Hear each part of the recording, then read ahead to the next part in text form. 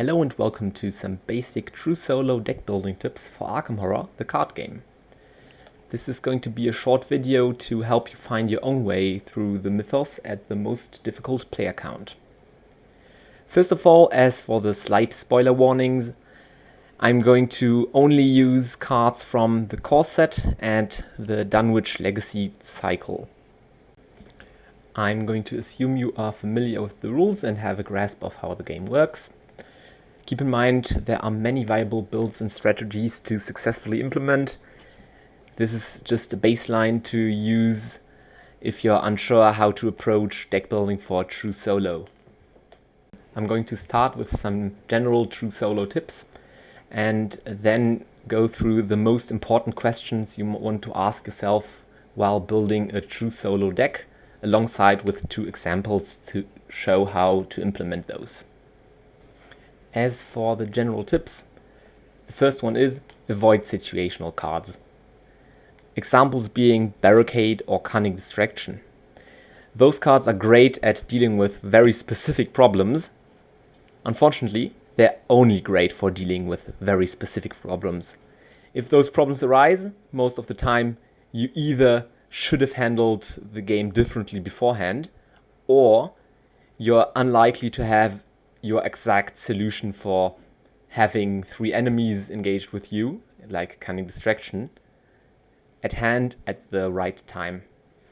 Similarly, you want to avoid multi-card combos or cards that are only good if you're already well off. Cards like Opportunist come to mind. If you needed icons, you likely should have had something like an Unexpected Courage in your deck. If you didn't need the icon and get it back to your hand, you're already succeeding by 2 even without Opportunist. What we are looking for in true solo are versatile cards. Cards that at best have the potential to have an immediate impact on the game state the moment you draw them. For 2 examples of those, I chose Art Student and Overpower.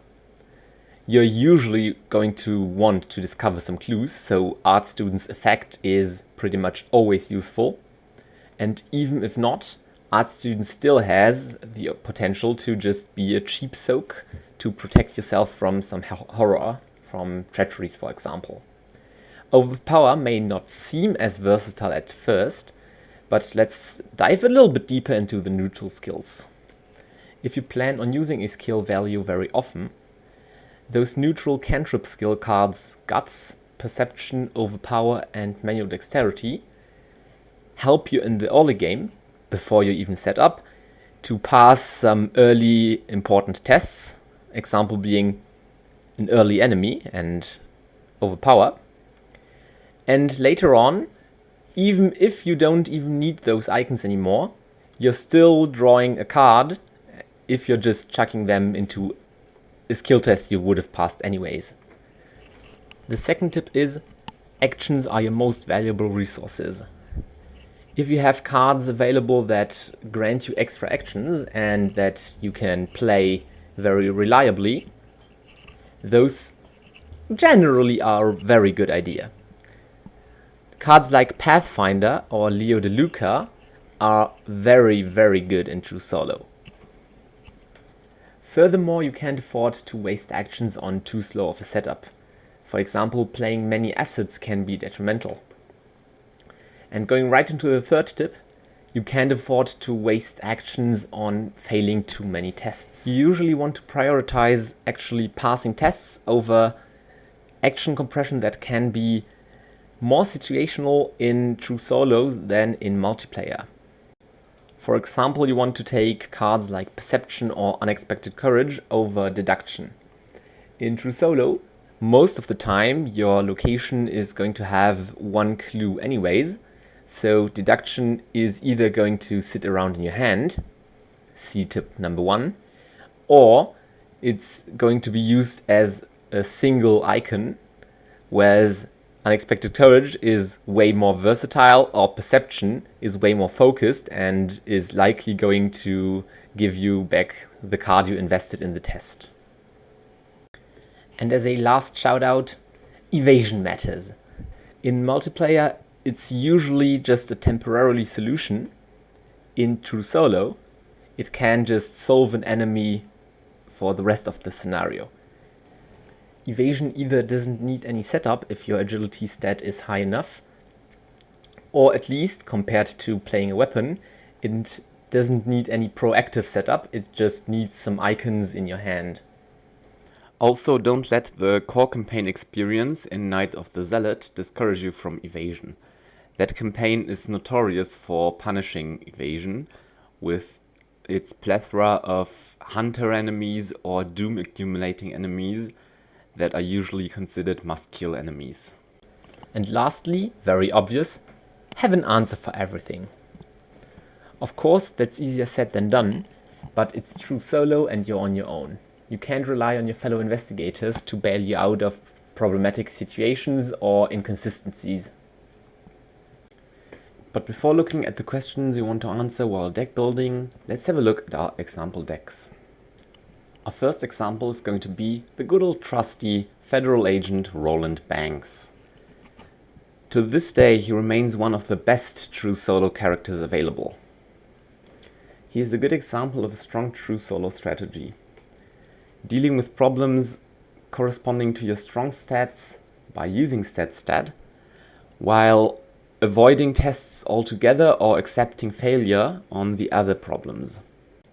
For example, through a combination of his ability and deck building, he can avoid taking investigate actions that actually require his intellect stat to be good. So let's have a look at his deck. As you can see, it's an even spread between assets, events and skills, using 10 each, which is a great starting point if you're unsure what to use in your own decks.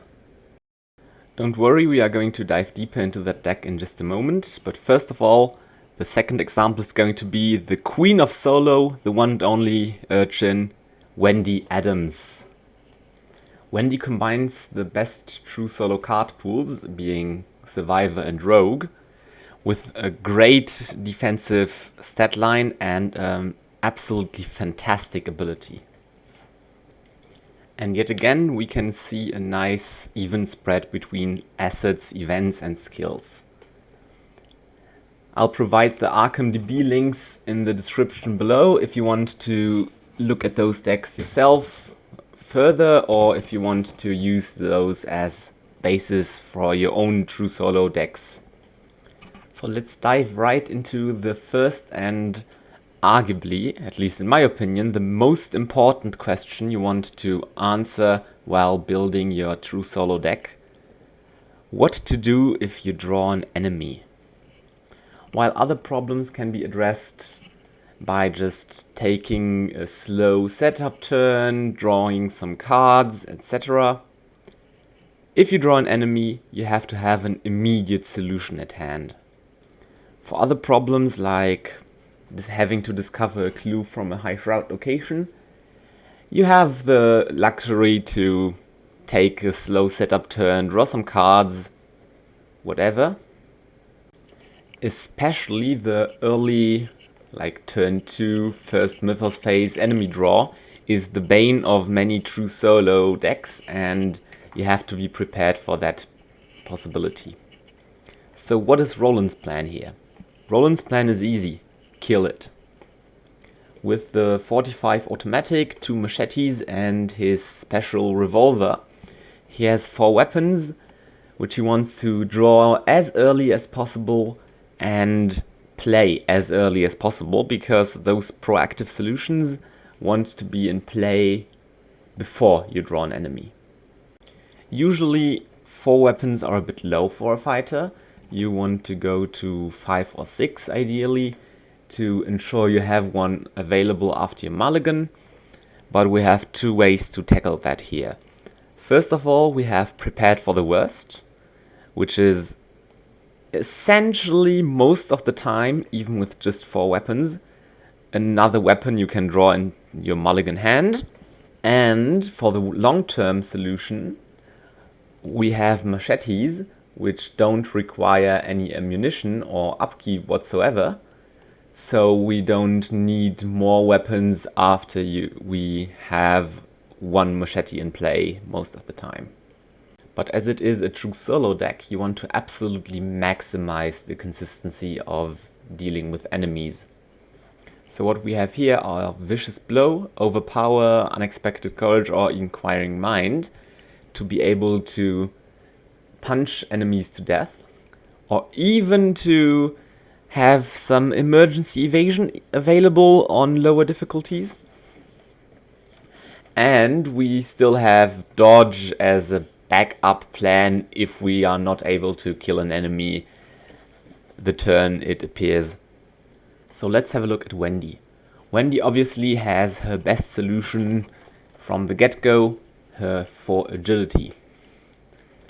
To boost that, we have manual dexterity, even unexpected courage in a pinch, and what we have is her ability, obviously. Additionally, we can use Think on Your Feet to avoid some enemies and to save us like 2 actions, one for evasion and one for movement. But even so, we still want to have a solution for some must-kill enemies. Enemies like Wizard of the Order or hunters in small scenarios, or even some early drawn hunters in big scenarios. Things like a Silver Twilight Acolyte or even a good old Swarm of Rats can really tax your actions if you try to consistently evade them, and them hunting you and attacking you can really tax your health and sanity. So Wendy here has a weapon, Fire Axe, that boosts her combat of 1 high enough to actually be usable. And again, she has her ability as a backup plan here. And Wendy has Backstab to actually use her moderate agility score combined with her ability to deal with some 3 health enemies or before she draws her Fire Axe. Just remember, early, consistent and reliable solution. Turn 1, your first priority is to be able to deal with an enemy. That being said, let's go into our second question. How to discover clues. This is a bit divided into day-to-day cluing, like Shroud 1 to 3 locations, and to crack some high Shroud locations, being like 4, 5 or even more in some cases. Roland, first of all, obviously has his ability, so each enemy should be 1 clue he discovers. To support his ability, we have Shortcut and Dodge to be able to move to a location with a clue in case you are not already at one the moment you draw an enemy. Then you have his day-to-day cluing in Flashlight, which is mostly used for 1 or 2 Shroud. Depending on difficulty, it's great for 3 or 4 as well. Then we have Perception, also possibly combined with Flashlight bonuses. And we have our testless cluing suit, being Evidence, Working a Hunch and Art Student. So most of the time what we want to do is actually avoid taking any investigate tests that aren't very, very likely to pass. So either Flashlight at 1 or 2 Shroud, or Flashlight at 3 Shroud on Standard, which is still very likely. We're aiming to avoid wasting any actions on trying to crack higher Shroud locations or to just fail investigate tests in general. Wendy, on the other hand, again has Flashlight, which is a fantastic solo card in general. Wendy has Perception as well. Unexpected Courage obviously fits into everything, so I'm not going to mention it too much from now on. And Wendy, of course, has Look What I Found and Lucky to pass tests she wouldn't have had otherwise. Another hidden cluing card is Rabbit's Foot, which just allows you to take some investigate actions at worse odds and either do what you wanted to do and discover a clue, or you're still going to draw a card from that. As investigate actions usually have no repercussions, you can freely do that. Again, her ability can ensure to actually hit those tests you invested things like perception in. It's hard to tell you some general ratios you want to have for cluing, but I'd say about 1/3 of your deck dedicated to cards that at least help you find or discover clues is about the right amount. If you have something like a high base intellect, that might drop a little bit. Next up is, how do I handle health or sanity pressure? Most of that is going to come from the encounter deck through treacheries, but there are location effects, scenario effects, enemies with retaliate, or just enemies you weren't able to deal with right away, hunters, and so on. The usual starting point is soak. You want to have some health or sanity soak in your deck. Most of that is going to be on your allies because they provide other benefits as well. But there's also the option to just pass most treachery tests. Most of the time, willpower is tied to horror dealing treacheries and agility is tied to damage dealing treacheries. So if you have those defensive stats high enough, you can lower your commitment to soak a bit. On the other hand, if your defensive stats are low, especially if your health or sanity stat that corresponds to that is low, you really want to have consistent soak, otherwise you're one treachery away from just getting defeated. So let's have a look at Roland. His high base health of 9 means that even though his agility score is low, it's not much of a concern. On the other hand, his sanity of 5 is a big concern. The encounter deck usually deals much more horror than damage, so that's even more of a concern here. What's his answer? 3 willpower is usable, especially if you have guts, inquiring mind, or unexpected courage to boost it. Unfortunately, that's nothing I'd call reliable. So what we are mostly relying on is soak. Soak, soak, and more soak. We have 5 allies, all with 2 sanity each, and all of them are cheap, so you can immediately play them once you have the need. And we are likely going to invest into charisma very early on in upgrading, so you are able to have more of those out at any given time as well. Finally, Dr. Melson's ability here helps to pad against untimely treacheries. Wendy, on the other hand, relies on her high defensive stats and her more balanced health and sanity spread. And she has her ability to protect her from high negative modifiers or auto fails on problematic treacheries. Leo DeLuca is there as soak, but he's way too expensive to just use him freely as such. He's a very nice backup plan though. Also, as a quick side note, as a Wendy player you should play more like you had a sanity of 5 instead of 7 because of the direct horror of abandoned and alone. Next question is, am I going to be reliably able to play those cards I intend as solutions to my problems? The resource curve of a deck can vary massively depending on the strategy. So just as a rough baseline, about 1 resource on average per card in your deck is a good start. That's just corresponding to the nature of upkeep, as you get 1 card and 1 resource each upkeep phase.